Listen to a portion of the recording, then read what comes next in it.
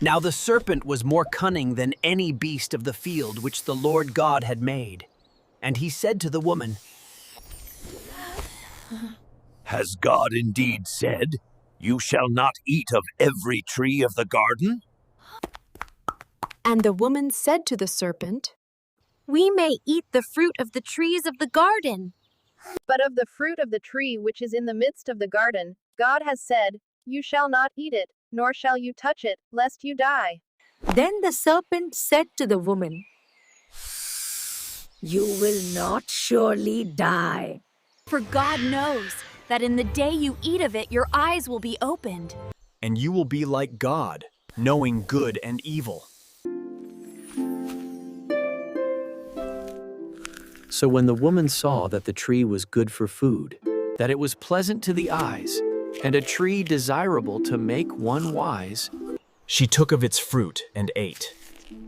She also gave to her husband with her, and he ate. Then the eyes of both of them were opened, and they knew that they were naked. And they sewed fig leaves together and made themselves coverings. And they heard the sound of the Lord God walking in the garden in the cool of the day. And Adam and his wife hid themselves from the presence of the Lord God among the trees of the garden. Then the Lord God called to Adam and said to him, "Where are you?"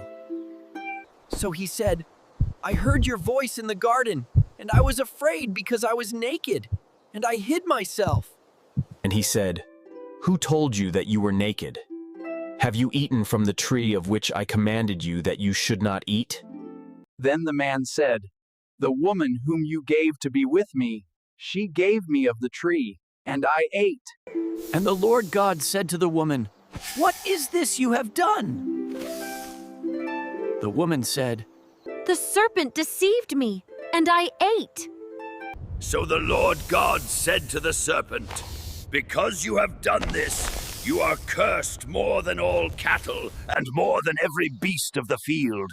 On your belly you shall go, and you shall eat dust all the days of your life. And I will put enmity between you and the woman, and between your seed and her seed.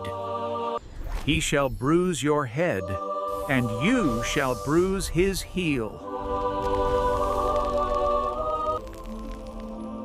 To the woman he said, I will greatly multiply your sorrow and your conception. In pain you shall bring forth children. Your desire shall be for your husband, and he shall rule over you. Then to Adam he said, Because you have heeded the voice of your wife, and have eaten from the tree of which I commanded you, saying, You shall not eat of it. Cursed is the ground for your sake. In toil you shall eat of it all the days of your life. Both thorns and thistles it shall bring forth for you, and you shall eat the herb of the field. In the sweat of your face you shall eat bread till you return to the ground, for out of it you were taken, for dust you are, and to dust you shall return. And Adam called his wife's name Eve, because she was the mother of all living. Also for Adam and his wife, the Lord God made tunics of skin and clothed them. Then the Lord God said, Behold, the man has become like one of us, to know good and evil. And now, lest he put out his hand, and take also of the tree of life, and eat, and live forever.